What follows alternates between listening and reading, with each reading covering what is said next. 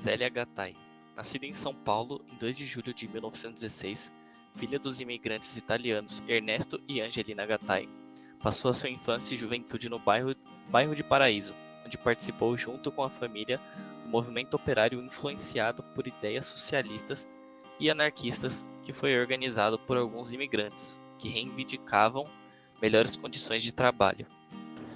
Aos 19 anos, casou-se com Aldo Vegas, intelectual e militante comunista, com quem viria a ter um filho em 1942. 3 anos depois, já separada e trabalhando na causa da anistia de presos políticos pelo Estado Novo, conheceu o escritor baiano Jorge Amado, durante o primeiro Congresso de Escritores Brasileiros. Assim como Zélia, Jorge também era engajado em causas políticas, como militante do Partido Comunista Brasileiro.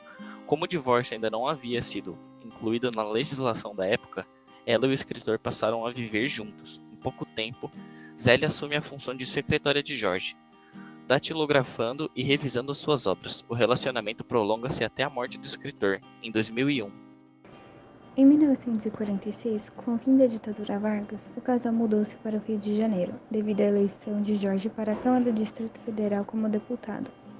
Contudo, apenas um ano depois, o Partido Comunista foi declarado ilegal, ocasionando a perda do mandato do escritor e consequente exílio em Paris, onde permanece por 3 anos com a família. Além da França, passaram por Itália, Polônia, Hungria, Romênia, Bulgária, China, Mongólia e União Soviética.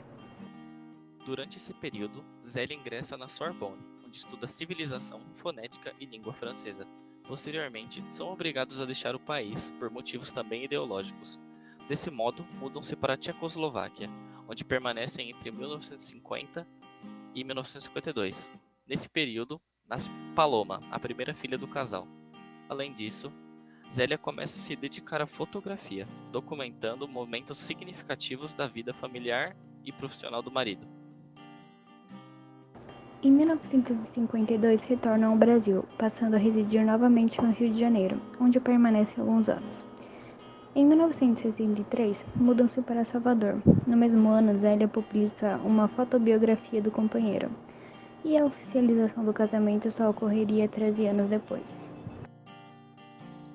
Em 1979, Zélia, então com 63 anos, publica sua primeira obra literária, Anarquistas, Graças a Deus, livro de memórias que recebeu o Prêmio Paulista de Revelação Literária e foi adaptada posteriormente para a TV, em uma minissérie dirigida por Walter Avancini.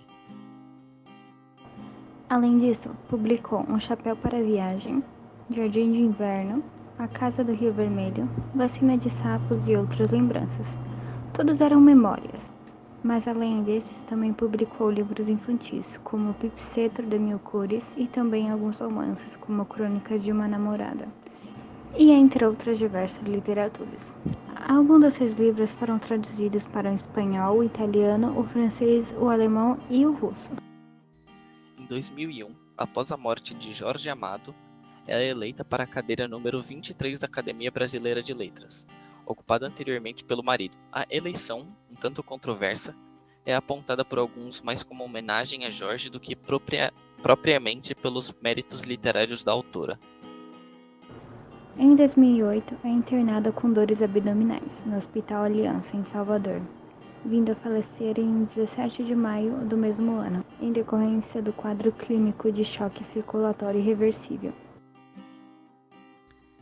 Zélia foi importante para quebrar com essa ideologia de que a escrita das mulheres não tinha valor, ideia que perdurou por muito tempo.